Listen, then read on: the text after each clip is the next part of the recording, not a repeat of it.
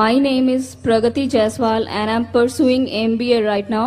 Well, basically I belong from Hinduism, but I believe in humanism. So that is why my question is, like, if I have to marry a Muslim, and should I need to convert it to Muslim or Islam? Sister said that though she is a Hindu, she believes in humanism. और अगर उसे शादी करने के मुस्लिम के साथ, I'll go back to Urdu because it's Urdu crowd. सवाल था कि अगर उसे मुस्लिम से शादी करना है तो क्या जरूरी है कि वो इस्लाम कबूल करे?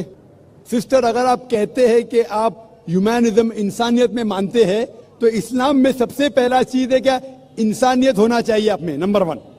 और एक चीज, अगर गाड़ी चल रही है, एक चाक गाड़ी का ट्रैक्टर का है और एक चाक साइकिल का है, तो गाड़ी चल सकती क्या? एक ट्रक का चाक है, एक साइकिल का है, तो गाड़ी चल नहीं सकती. चारों पहिए यकसा होना चाहिए तो गाड़ी चलेगी. तो इस्लाम के अंदर है कि बुत परस्ती गलत है, एक खुदा को मानो, मोहम्मद सल्लल्लाहु अलैहि वसल्लम को मानो. अगर Sorry to interrupt you, but I would like to say that I do not believe in idol worship. I believe in one supreme power, that is you call it Allah, I call it Bhagwan. Hinduism में भी लिखा हुआ है कि भगवान एक है, बुत परस्ती गलत है. हिंदुइज्म में और भी लिखा हुआ है. हिंदुइज्म पढ़ेंगे तो आपको मानना पड़ेगा कि एक आखिरी पैगंबर आने वाले हैं जिसका नाम है मोहम्मद सल्लल्लाहु अलैहि वसल्लम. तो अगर आप सच्चे इंसान हैं तो ईश्वर के अलावा, एक खुदा के अलावा आपको आखिरी पैगंबर में भी मानना पड़ेगा, और आखिरी पैगंबर को जो किताब नाजिल की उसको भी मानना पड़ेगा. आप अगर चाहे आपका नाम मत बदलो, मुझे इतराज नहीं है, लेकिन आपको एक खुदा में मानना पड़ेगा, आखिरी पैगंबर में मानना पड़ेगा, आखिरी पैगंबर की किताब में मानने पड़ेगा. यही सही इंसानियत है. इंसानियत के लिए आपको इंसान के बनाने वाले भगवान को मानना चाहिए. पहले यह तहकीक करना चाहिए कि भगवान की किताब कौन सी है. आप जब तहकीक करते हैं तो पता लगता है कि भगवान की कई किताबें आ चुके हैं. आखिरी किताब है कुरान मजीद. अगर आप सच्चे इंसान हैं तो आपको आखिरी पैगाम जो खुदा का है, ईश्वर का है, भगवान का है, अल्लाह का है, उसको आपको मानना पड़ेगा और उसके आखिरी भेजे हुए पैगंबर को भी मानना पड़ेगा. अगर आप इसको मानते हैं तो आप सच्चे इंसान हैं. और अरबिक में आपको कहा जाएगा मुस्लिम. आपको नाम बदलने की जरूरत नहीं, फिर ही आप सच्चे इंसान हैं. अगर आप सिर्फ एक खुदा में मानते और बुत परस्ती नहीं करते तो आप आधा काम कर रहे, पूरा नहीं कर रहे. Hope that answers the question. अगला सवाल माइक नंबर 3 से. Yes, sir. Actually, what you said, that was not my question. I was not asking something to say similarities between Hinduism or Islam. My question was, the girl needs to convert or not. If the girl is not converting, why there is issues have been Sister, I think I gave the answer. You didn't understand Hindi. I give it in English. I told you, you said you are a good human being. To be a good human being, you don't only have to believe in one God, you have to follow His commandments. If you follow the commandments, you also have to believe in the last messenger, Prophet Muhammad, peace be upon him. If you do not believe, that means you are not a very good human being. I told you that a car cannot run with one wheel being of a truck and the other being of a cycle. How will the vehicle run? When you have a vehicle, sister, so one person believing in part of Islam, one not believing, it's not right. I gave you a reply that it is wrong for a person to marry such a thing. Quran clearly mentions in Surah Baqarah, chapter number 2, verse number 221, that do not marry unbelieving women until they believe. So one thing is, besides not doing idol worship, that is one small part of humanity, sister.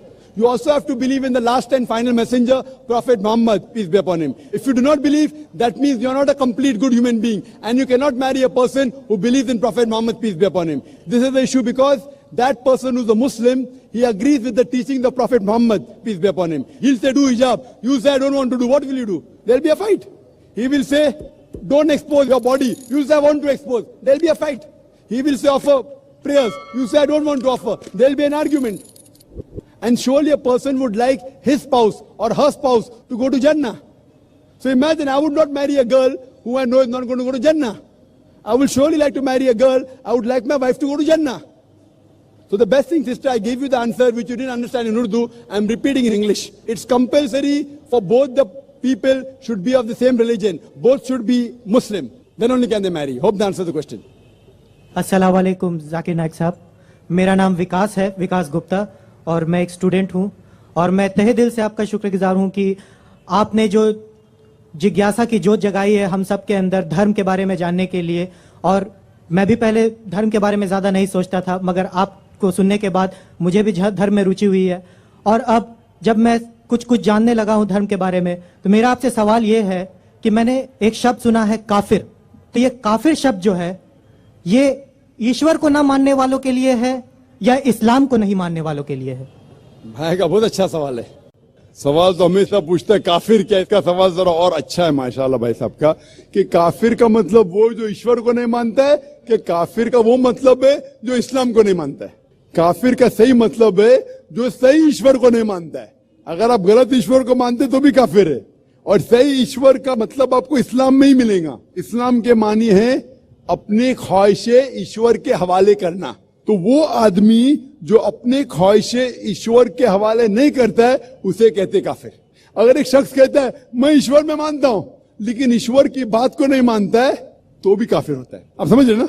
तो मुस्लिम का मतलब ये नहीं कि जिसका नाम सुल्तान है, जाकिर है, मोहम्मद है। मुस्लिम का मतलब वो शख्स जो अपने सारे ख्वाहिशें ईश्वर के हवाले करता है उसको कहते मुस्लिम। और जो अपने ख्वाहिशें ईश्वर के हवाले नहीं करता है और कहता है कि जरूरत नहीं है उसे कहते काफिर। तो अगर आप कहेंगे क्या मैं ईश्वर को मानता हूं, बुत परस्ती नहीं करता हूं, लेकिन फिर जो ईश्वर का कहना नहीं मानते और बोलते जरूरी नहीं है तो उसे कहते कुफ। कुफ अरबी लफ्ज है जिसे कहते छुपाना, टू कंसील या रिजेक्ट करना, नहीं मानना। तो अगर आप ईश्वर की बात को भी नहीं मानते तो भी आप काफिर हो जाते। आप मतलब कोई भी शख्स ना, नाम चाहे अब्दुल्ला हो, सुल्तान हो, राजेश हो या रामू हो, कुछ भी हो, अगर वो ईश्वर की बात को झुटलाता है, रिजेक्ट करता है, उसे अरबी में कहते हैं काफिर। बेशक। और मैं ये भी जानना चाहूंगा, जब मैंने इस्लाम के बारे में जानना चाहा तो मैंने इस्लाम के बारे में कुछ कुछ जो भी जाना तो उसमें मुझे कहीं ऐसा लगा कि ये सच नहीं हो सकता। इसीलिए मेरा ये मिसकंसेप्शन है या ये सही है, मैं ये आपसे जानना चाहूंगा कि ऐसा माना जाता है क्या इस्लाम में कि जो इस्लाम को ना माने या जो काफिर है उसे मार दिया जाए, काट दिया जाए, उसके फैमिली को लूट लिया जाए? क्या ये किस हद तक सच है और क्या उसको इस दुनिया में जीने का हक नहीं? माशाल्लाह भाई साहब ने बहुत अच्छा सवाल किया। वो कहता है कि मुझे ये गलत फहमी है और लगता है कि गलत है कि इस्लाम में काफिर को मार देना चाहिए, काट देना चाहिए। आपको कोई भी मुसलमान ने मारा या काटा है ना? आप माशाल्लाह सही सलामत है, अल्हम्दुलिल्लाह। आपको किसने मारा, काटा? मैं जानना चाह रहा हूं कि ऐसा कहीं है लिखा हुआ या नहीं? Very good. ये क्या होता है कि जो लोग इस्लाम के खिलाफ किताबें लिखते, मिसाल के तौर पे अरुण शूरी का नाम सुने? अरुण शूरी जो मिनिस्टर था चंद साल पहले, बहुत किताब लिखता है इस्लाम के खिलाफ, बहुत मशहूर है इस्लाम के खिलाफ। लोग क्या करते, कुरान मजीद की आयत उठाते, आउट ऑफ कॉन्टेक्स्ट पस मंजर के खिलाफ लिखते, और एक आयत जो बहुत इस्लाम के क्रिटिक उछालते वो सूरह तौबा की आयत, सूरा नंबर 9 आयत नंबर 5, और लिखते हैं कि कुरान में लिखा है जहां भी आप काफिर को पाएंगे, इनटू ब्रैकेट्स हिंदू, आप उनका कत्ल करो। आप अगर कुरान मजीद खोलेंगे, तर्जुमा पढ़ेंगे तो उसमें लिखा है जहां भी आप काफिर को पाएंगे कत्ल करो, लिखा है। लेकिन ये आउट ऑफ कॉन्टेक्स्ट है, पस मंजर के खिलाफ है। पस मंजर जानने के लिए आपको आयत नंबर पहले से पढ़ना पड़ेगा। सूरह तौबा सूरा नंबर 9 आयत नंबर 1 से पढ़ेंगे। वहां लिखा हुआ है कि मुस्लिम और मुशरिक मक्का के, उनके बीच में एक पीस ट्रीटी थी, एक सुलह थी। ये पीस ट्रीटी, ये सुलह एक तरफा मुशरिकों ने तोड़ दिया मक्का के। जब अल्लाह ताला आयत नंबर 5 पे आते तो कहते हैं कि हम तुम्हें 4 महीने का वक्त देते हैं, 4 महीने की मोहलत, आप सुधर जाओ वरना ऐलान जंग। आपने सुलह की थी, आपने सुलह को तोड़ी, 4 महीने का वक्फा, सुधर जाओ वरना ऐलान जंग। और फिर अल्लाह ताला कहते सूरह तौबा सूरा नंबर 9 आयत नंबर 5 में, जंग के मैदान में जब भी आप काफिर को पाएंगे, मतलब दुश्मन जब आएंगे जंग के मैदान में तो आप लड़ो, डरो मत। अभी कोई भी आर्मी जनरल आज की तारीख में, सिपा सलार, वो थोड़ी कहेगा दुश्मन आए तो भाग जाओ, वो कहेगा डरो मत, लड़ो, मारो। तो ये जंग के मैदान की आयत है कि आप जब देखेंगे तो डरो मत, मारो। जंग के मैदान में जब काफिर तुम्हें हमला करने आ रहे, मारो। और अरुण शूरी आयत नंबर 5 से उड़ी मारते आयत नंबर 7 में, उसने किताब लिखी वर्ल्ड ऑफ फतवास इस्लाम के खिलाफ। आयत नंबर 5 से जब मारते आयत नंबर 7 पे, 5 के बाद क्या आता है? 6 को खा जाते। क्यों? 6 में उसका जवाब है, उसकी बीमारी का जवाब है। आयत नंबर 6 में सूरह तौबा के अल्लाह ताला फरमाते कि अगर कोई काफिर सुलह चाहता है उसे छोड़ मत दो, उसे ऐसी अमन के जगह पर महफूज पहुंचाओ। क्या कहता है अल्लाह ताला? अगर कोई काफिर सुलह चाहता है, अमन चाहता है, उसे छोड़ मत दो, उसे संभाल के हिफाजत के साथ महफूज जगह पे जाके छोड़ो। Escort him to a place of security. आज का सिपा सलार सबसे दयालु क्या बोलेगा, दुश्मन को जान दो। यहां अल्लाह ताला के सिर्फ छोड़ो मत, ऐसी जगह पे लेके जाओ हिफाजत के साथ जहां वो महफूज है। समझ रहा? तो ये कुरान के आयत है। तो इन लोग पसे मंदर के खिलाफ कोट करते, और जहां भी जिहाद के आयत है, जंग के मैदान में जब आप मिलते गैर मुस्लिम से, वो आपको कत्ल करना है, कत्ल करो। उसके बाद फौरन आप पढ़ेंगे सूरह अनफाल, सूरह नंबर 8 आयत नंबर 60 के बाद 61 में लिखा है अमन बेहतर है। महाभारत में कत्ल करने के कितने श्लोक आते? कितने? हजारों, कुरान से कई ज्यादा। तो महाभारत जानते हैं आप ना? जब मैं हिंदू से पूछता हूं महाभारत में झगड़ने के कितने, लड़ने के कितने श्लोक है, तो वो हिंदू मुझसे कहता जिहाद है। के खिलाफ मैं कुछ नहीं कह रहा, क्योंकि हमारे धर्म में भी धर्म युद्ध है। सुनिए मेरी बात ना, धर्म युद्ध है बराबर। तो हिंदू मुझसे कहता है ये जो धर्म युद्ध है क्या है? बातिल के खिलाफ है। वो बातिल को झगड़ने का लिखेला महाभारत में। तो मैं कहता हूं कुरान में भी वही लिखा है, किसका कत्ल करो? जो धर्म के खिलाफ है। आप समझे ना? धर्म युद्ध मतलब हक और बातिल के खिलाफ झगड़ा। तो बातिल को कत्ल करने का लिखा गया महाभारत में, वही लिखा है कुरान में। और भगवत गीता, भगवत गीता जानते? सबसे ज्यादा पढ़ी जाने वाली किताब भगवत गीता। श्री कृष्ण अर्जुन को सलाह देते हैं। अब जब भगवत गीता पढ़ते हैं, चैप्टर नंबर 1 भाग नंबर 1 श्लोका नंबर 42, 43, 44, 45, उसके अंदर अर्जुन कहता है, झगड़ा होता है अर्जुन पांडवास और कौरवास। पांडवास 5 भाई, कौरवास 100 भाई। अर्जुन जंग के मैदान में हथियार को जमीन पे रखता है और कहता है मैं जंग के मैदान में निहत्था मरना पसंद करूंगा बनिस्बत अपने रिश्तेदार से झगड़ा करूं। उसके फौरन बाद, चंद श्लोक बाद, भगवत गीता भाग नंबर 2 श्लोका नंबर 2 और 3 में श्री कृष्ण कहते, क्या कहते? ए अर्जुन, तू बुज़दिल कब से हो गया? ये गलत ख्यालात तेरे दिल में आए कैसे?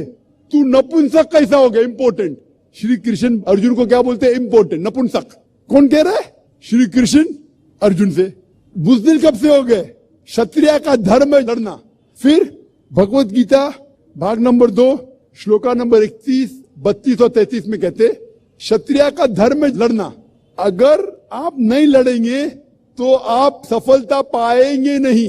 क्षत्रिय वो खुश नसीब है जिसे लड़ने का मौका मिलता है।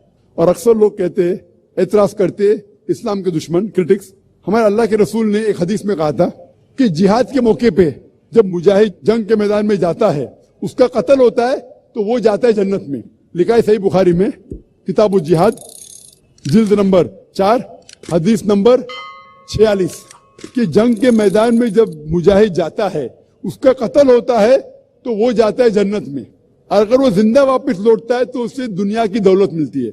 अक्सर लोग बोलते कैसा मजहब है, लड़ने पे, कत्ल करने पे जन्नत जाएगा? गलत मजहब है। लेकिन भगवत गीता पढ़ेंगे भाग नंबर 2 मंत्रा नंबर 37, 37, श्री कृष्ण कहते अर्जुन से, ए अर्जुन उठ के लड़।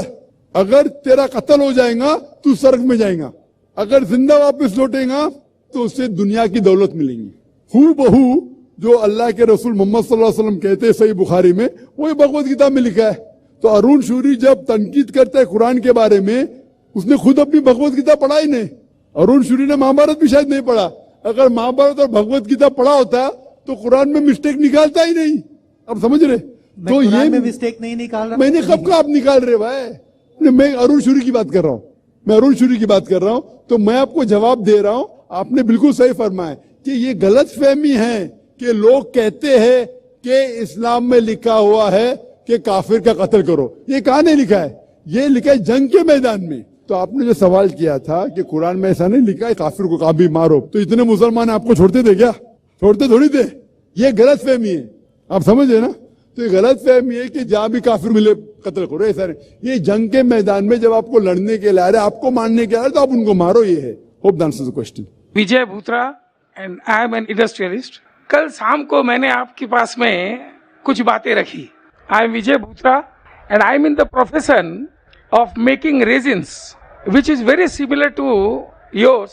We make chemicals which bonds certain plywood.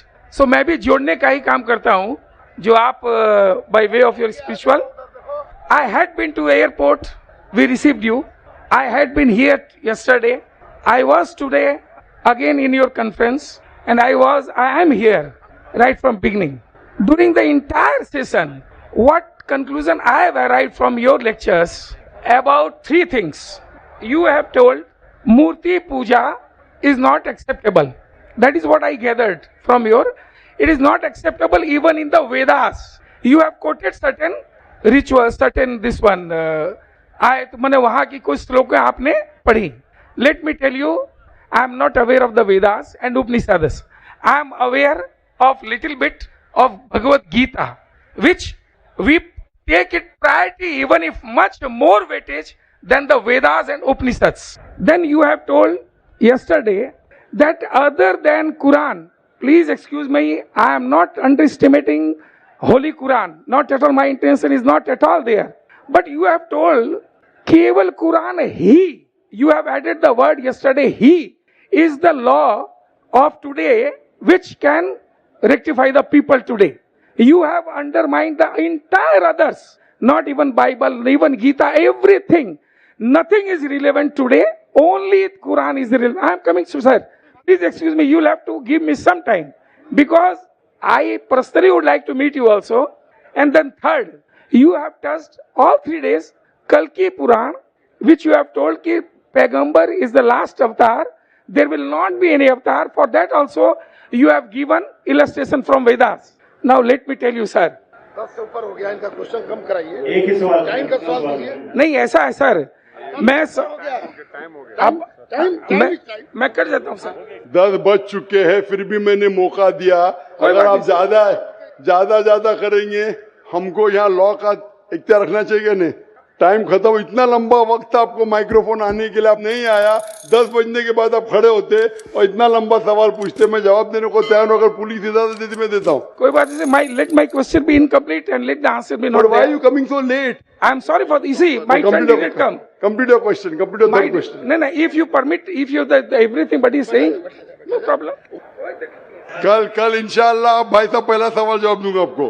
कल फर्स्ट मेरा- question you ask. Yes. First question, inshallah. Thank you. I want to reply to you in Thank you. public. Thank you. I In would. public, not privately. I am also going to put the questions in public, sir. Inshallah. I also put my question, entire question, Oh, sure. tomorrow in public, sir. Thank you. Thank you.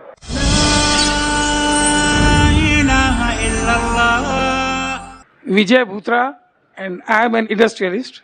कल शाम को मैंने आपके पास में कुछ बातें रखी. मैंने उस बातों को लेकर के रात भर काफी मनन किया सर, और काफी मेरे मित्र जो कलकत्ते में पंडित है, विद्वान है, उनसे से बात की. एंड विश्वास कीजिए sir, I could not sleep through out the night.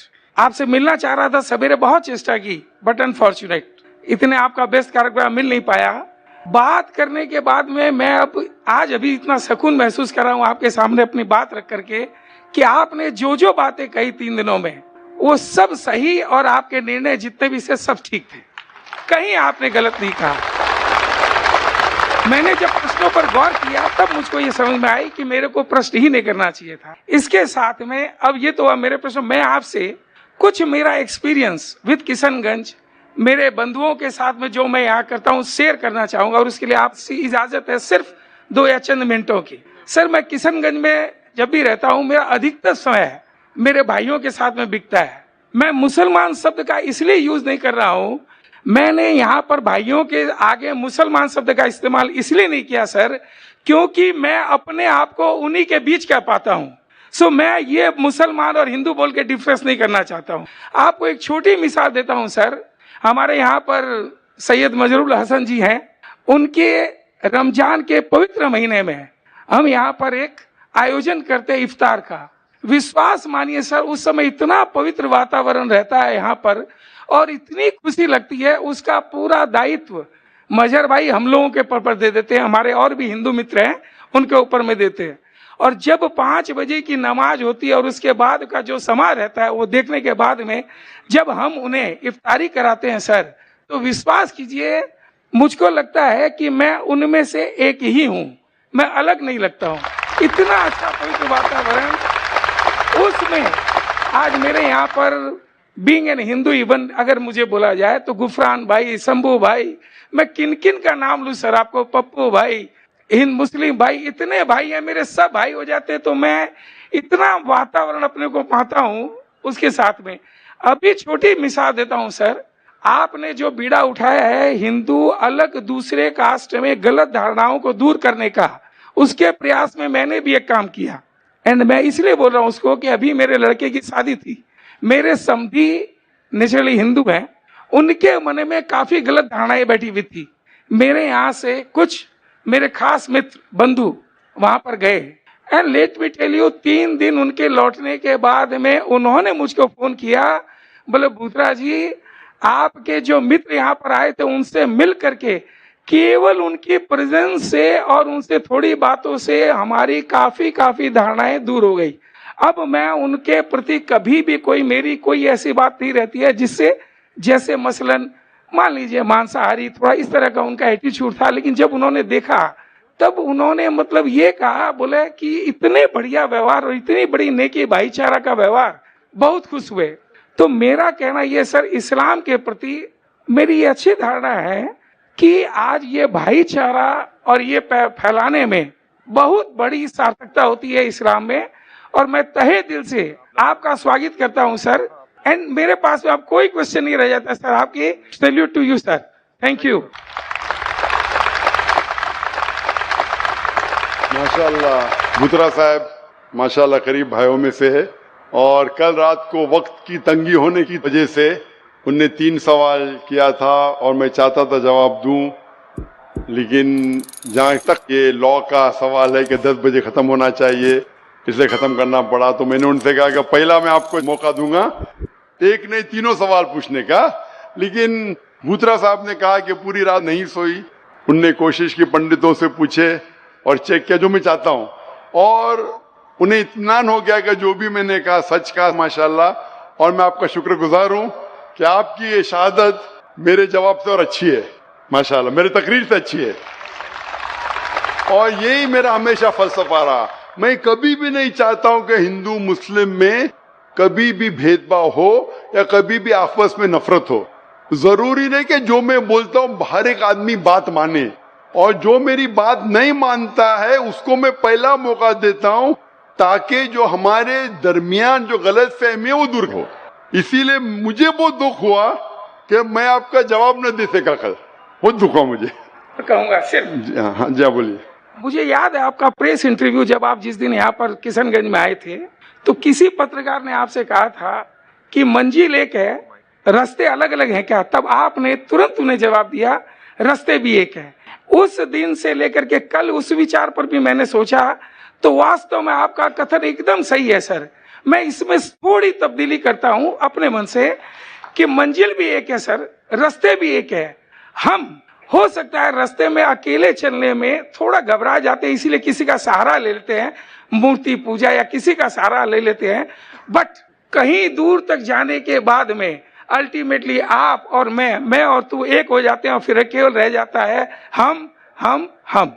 भाई साहब भूतरा साहब, आप बोलते कहीं ना कहीं आगे जाके एक होते, मेरी ख्वाहिश है कि यहाँ से एक हो।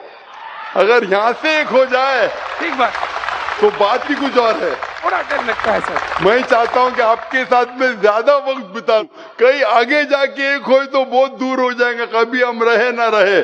मेरी ख्वाहिश है कि हिंदू मुस्लिम यहाँ से एक हो। सर ऐसा है, हम आपके बनस्पत हो सकता है थोड़े कमजोर दिल के हो सर, रहने कमजोर इंशाल्लाह, इसीलिए हमें किसी सहारे की दरकार पड़ती है। अब बाकी कहीं न कहीं हम मिलते जरूर हैं सर आपसे। बहुत बहुत शुक्रिया। और जो आपके पहले जो भाई साहब ने सवाल भी किया था, जो जैन साहब थे, लोग को कभी कभी बुरा लगता है, मैंने ये कहा भाई आप भी मेरे कुरान में से कुछ ऐसी चीज बताओ जो आपके भगवत गीता आपके वेद से मिलते, वो मैं 100% मानूंगा। मैं डबल स्टैंडर्ड नहीं हूँ। लोग को लगता है क्योंकि मैं इससे बात करता हूँ, लेकिन जो लोग तहकीक करते वो मेरे करीब आते, जो लोग तहकीक नहीं करते वो हो सकता है मुझसे दूर जाते। लेकिन अक्सर जितने गैर मुसलमान मेरे तकरीर सुनते, अक्सरियत में बोल सकता हूँ कि मोर देन 80%, अल्हम्दुलिल्लाह 80% से ज्यादा, अभी वो 90 है क्या 85 वो मैं नहीं कह सकता हूँ, या 95 है, लेकिन 80% से ज्यादा माशाल्लाह जितने गैर मुसलमानों से मिलता हूँ, हो सकता है 90% से ज्यादा, वो जब जानते हैं कि मैं दोगलेपना नहीं करता हूँ, जैसे बाकी जितने धार्मिक के हैं, धार्मिक प्रचार करने वाले, मैं बोलता हूं आपने ये कि आप मानेंगे नहीं मानते, मैं कहता हूं कि धार्मिक किताबों पे अमल करो और जो यक्सा है कम से कम उस पे अमल करो, जो डिफरेंस है वो बाद में। क्योंकि जो आपने कहा मैं भगवत गीता से भी कोट कर सकता था, क्योंकि भगवत गीता है वो निचोड़ है वेद की, और भगवत गीता में भी चैप्टर नंबर 7 वर्स नंबर 20 में लिखा है क्या all those whose intelligence has been stolen by material desires they worship demigods. मतलब जो लोग की भावना पैसे से खींची जाती है वो लोग गलत खुदा की इबादत करते हैं। आप आगे पढ़ेंगे Bhagavad Gita chapter number 7 verse number 21, 22, 23 में श्री कृष्ण कहते हैं कि जो लोग गलत भगवान की पूजा करते हैं फिर भी जो एक ईश्वर है उनकी चीज को मान लेता है, उनके दुआ को कबूल करता है, लेकिन जो गलत ईश्वर की पूजा करते हैं वो गलत जगह जाएंगे, जो सही एक ईश्वर की पूजा करते हैं वो सही ईश्वर के पास आएंगे। अब इतनी छोटी तकरीर में मैं वेद, भगवत गीता सबका तो मैं नहीं दे सकता हूँ। एक मेरी तकरीर है similarities between Islam and Hinduism. Islam and Hinduism में यकसानियत। अगर मैं सिर्फ हवाले दूंगा मोहम्मद सल्लल्लाहु अलैहि वसल्लम का जिक्र तो 1.5 घंटा लगता है। सिर्फ मैं तौहीद का जिक्र करूंगा, एक भगवान का, वेद में, भगवत गीता में, भगवत गीता भी पढ़ चुका हूँ, लेकिन मुमकिन नहीं क्या एक छोटे से सवाल जवाब सेशन में मैं सब कहूँ। तो इसीलिए मैं बहुत खुश हूं कि आपने मेरा काम आसान किया, आपने खुद तहकीक की, और मैं चाहता हूं कि जिस तरीके से बुतरा साहब ने जो तहकीक किए, मैं चाहता हूं कि जितने यहाँ गैर मुसलमान हैं वो भी तहकीक करें अपनी धार्मिक किताब के बारे में। इंशाअल्लाह हम सब इंसान एक हो जाएंगे और एक ईश्वर की इबादत करेंगे। बहुत बहुत शुक्रिया।